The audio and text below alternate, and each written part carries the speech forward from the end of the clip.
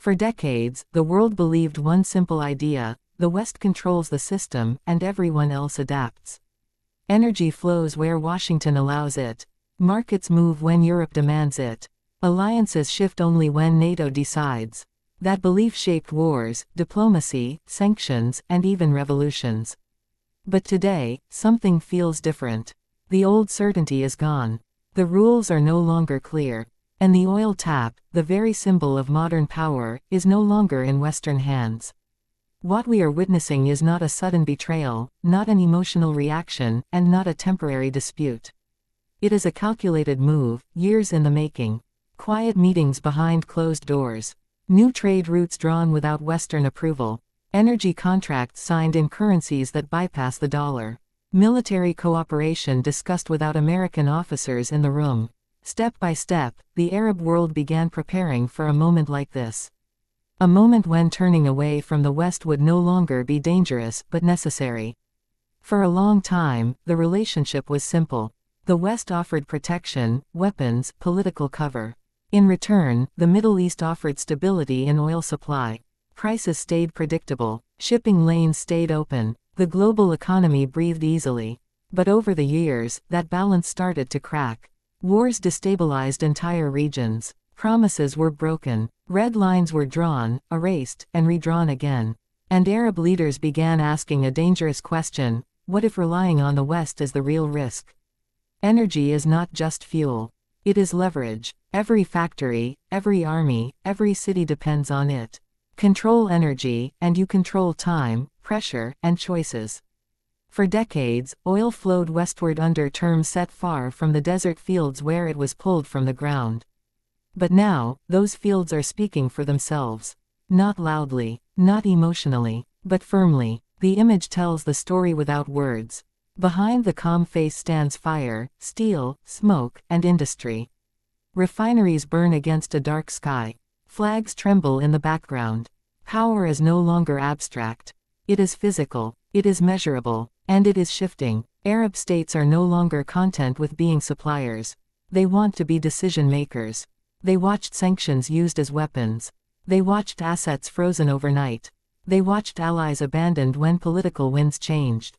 And they learned. Dependence is vulnerability. Neutrality is strength. Multipolarity is survival. So new partnerships emerged. Not announced with press conferences, but revealed through actions. Oil sold east instead of west. Long-term contracts replacing spot markets. Infrastructure built with Asian capital. Ports expanded. Pipelines redirected. Digital payment systems tested. Every move small enough to avoid headlines, until suddenly, they weren't. The West woke up one morning and realized the leverage was gone. Threats sounded hollow. Sanctions felt blunt. Warnings were issued, but not obeyed. Because when energy producers are unified, consumers lose their voice. And unity, once thought impossible in the Arab world, quietly took shape, not ideological unity, but strategic alignment.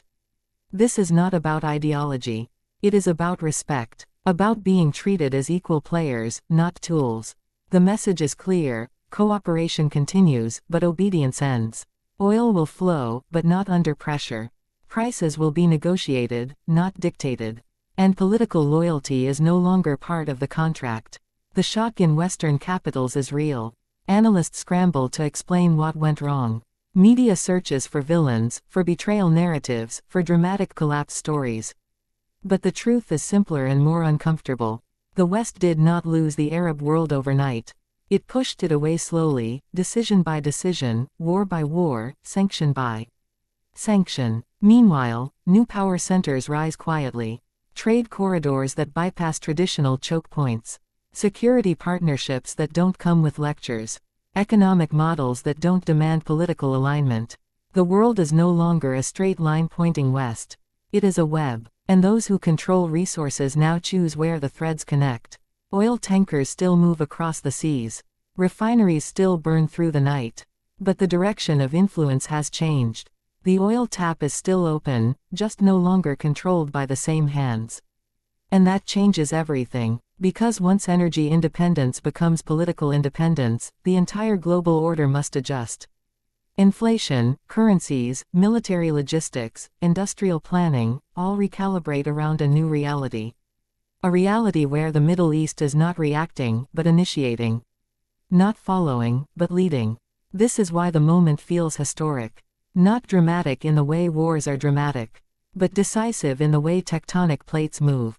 Slowly, irreversibly, without asking permission. The Arab world did not turn its back on the West out of anger.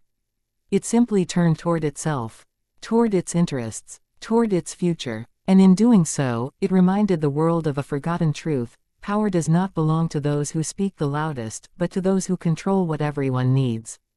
The oil tap is no longer a symbol of supply, it is a symbol of choice. And the choice has been made. The question now is not whether the West can reverse this shift. The question is whether it can adapt to a world where it no longer decides alone. Because this time, the shock is real. And the change is permanent.